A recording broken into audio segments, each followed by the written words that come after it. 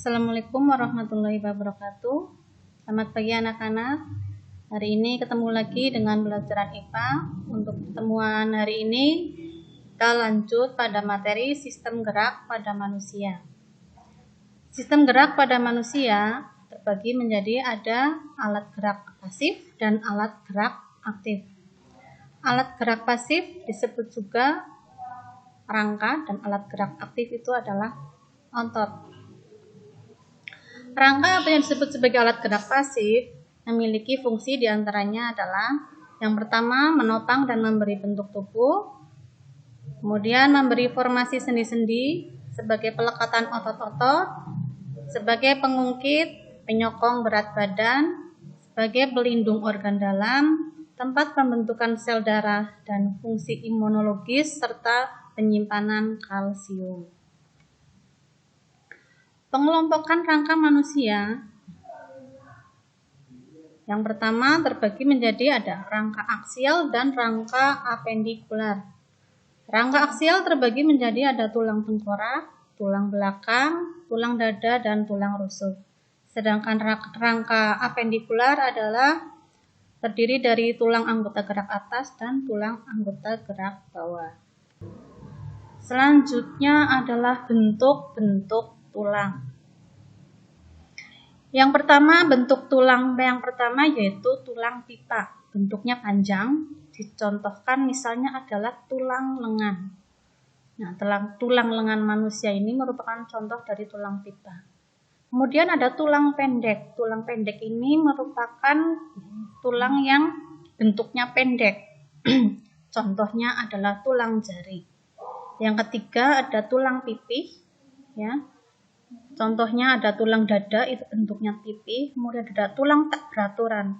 Kalau untuk tulang tak beraturan itu contohnya bisa pada tulang duduk pada manusia, pada tulang wajah, ya, tulang muka itu juga bentuknya tidak beraturan. Selanjutnya jenis-jenis tulang. Berdasarkan jenisnya, tulang terbagi atas tulang rawan dan tulang keras.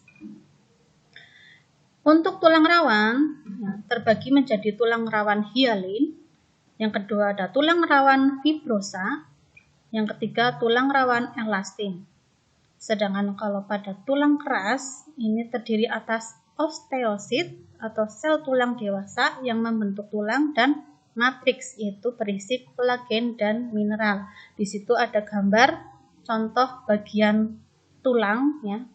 Pada tulang keras itu ada bagian osteosit dan matriks.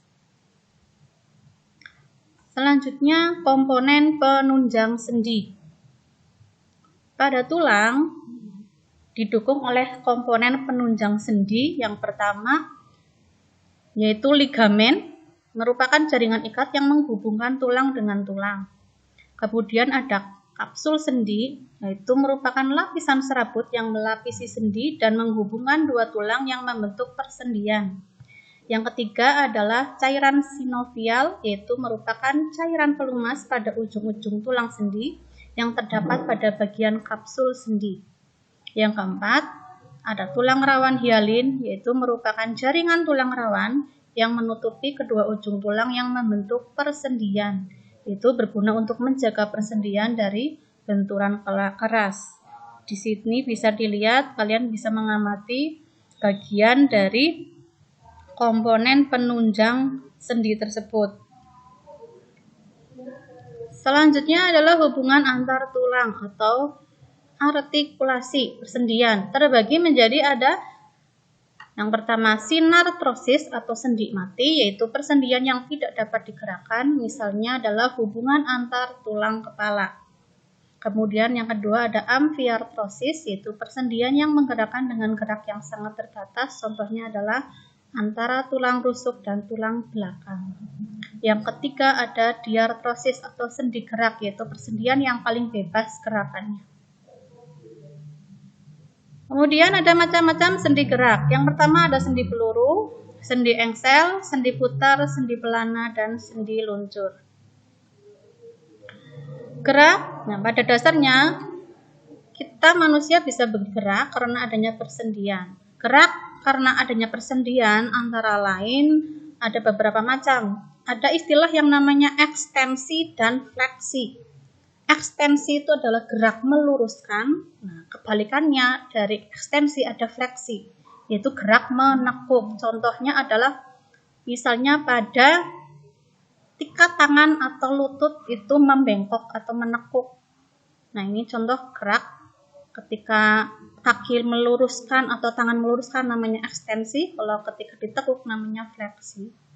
Kemudian ada abduksi dan adduksi. Abduksi itu adalah menjauhi badan, ya, gerak yang mendekati badan namanya adduksi.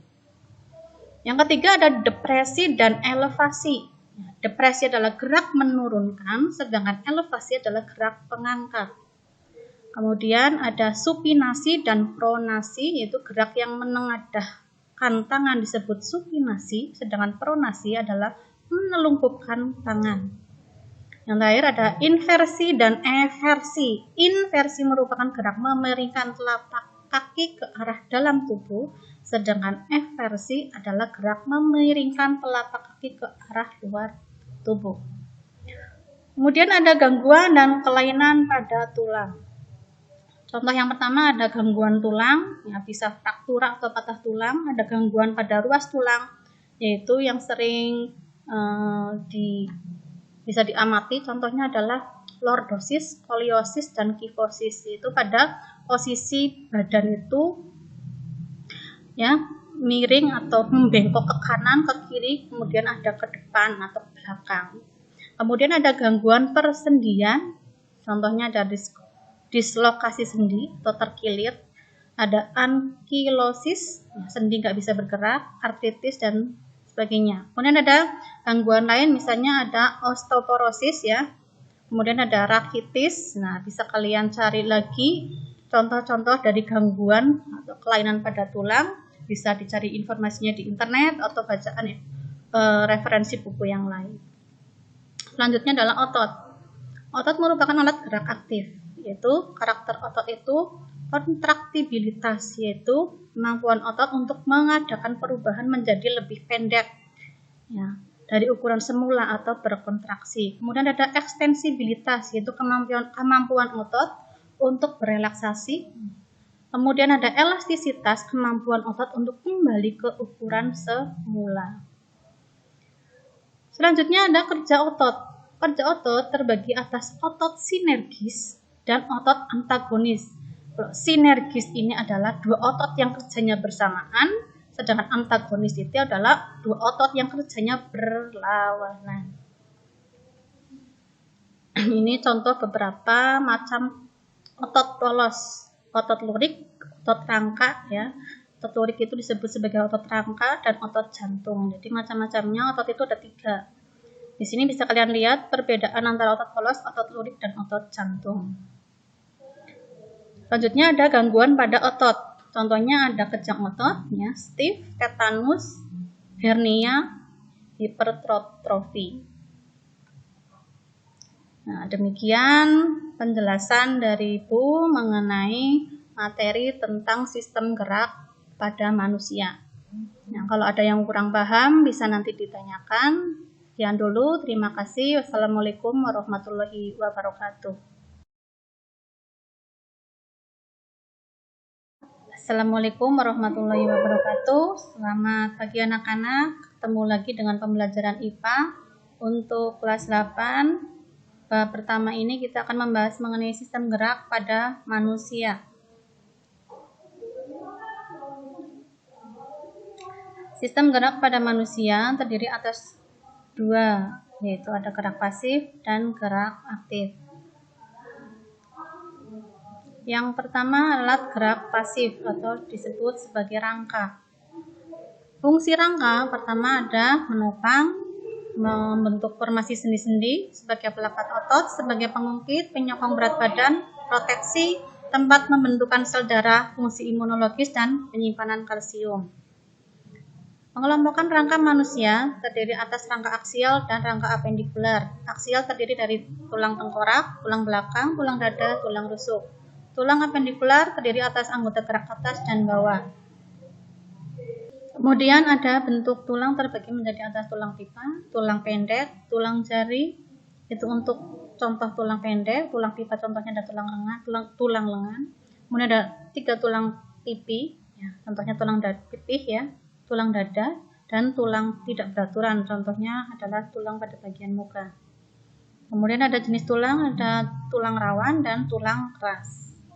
Nah, berikut penjelasannya, bisa kalian lihat gambarannya. Selanjutnya ada komponen penunjang sendi. Terbagi menjadi ada yang pertama ligamen, kemudian kapsul sendi, ada cairan sinoval, ada tulang rawan hialin. Untuk penjelasannya bisa kalian baca sendiri. Berikut dengan gambarannya, bagian-bagiannya. Selanjutnya ada hubungan antar tulang atau artikulasi, terbagi menjadi sinartrosis, amfiartrosis, dan diartrosis. Kemudian ada macam-macam sendi gerak. Sendi gerak terbagi menjadi ada sendi peluru, sendi engsel, sendi putar, dan sendi pelana, serta sendi luncur. Kemudian ada gerak. Untuk gerak, nah ini kita manusia bisa bergerak karena salah satunya adalah adanya persendian. Nah, persendian ini terbagi menjadi ada beberapa mempengaruhi gerak. Yang pertama ada gerak ekstensi dan fleksi. Yang kedua ada abduksi dan adduksi, ada depresi dan elevasi, kemudian supinasi dan pronasi, serta inversi dan eversi. Kemudian juga ada gangguan dan kelainan pada tulang. Yang pertama contohnya gangguan tulang, ada fraktura atau patah tulang. Selain itu ada juga gangguan pada ruas tulang belakang. Contohnya adalah lordosis, skoliosis, dan kifosis. Selain itu juga ada gangguan persendian, ada dislokasi sendi. Atau yang lain bisa kalian baca atau kalian cari tahu sendiri materi tentang gangguan persendian bisa dicari di internet atau buku referensi lainnya. Kemudian ada otot atau alat gerak aktif. Nah, secara karakteristik otot ini terbagi menjadi kontraktibilitas dan ekstensibilitas dan elastisitas.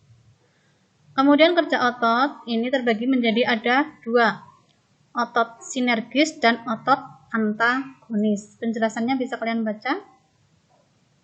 Selanjutnya ada macam-macam otot. Macam-macam otot terbagi atas otot polos, otot lurik atau otot rangka, dan otot jantung. Nah, perbedaan 3 otot ini bisa kalian lihat perbandingan perbedaannya pada tabel tersebut.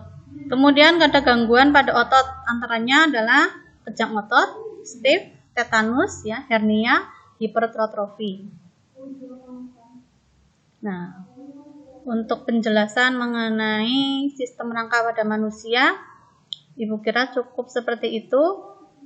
Jika ada yang ditanyakan, bisa kalian tanyakan, atau bisa juga kalian cari referensi dari media yang lain, sehingga materi yang sudah dipelajari bisa didukung dari informasi yang lain yang bisa kalian cari. Untuk hari ini cukup dulu. Terima kasih. Sekian. Assalamualaikum warahmatullahi wabarakatuh.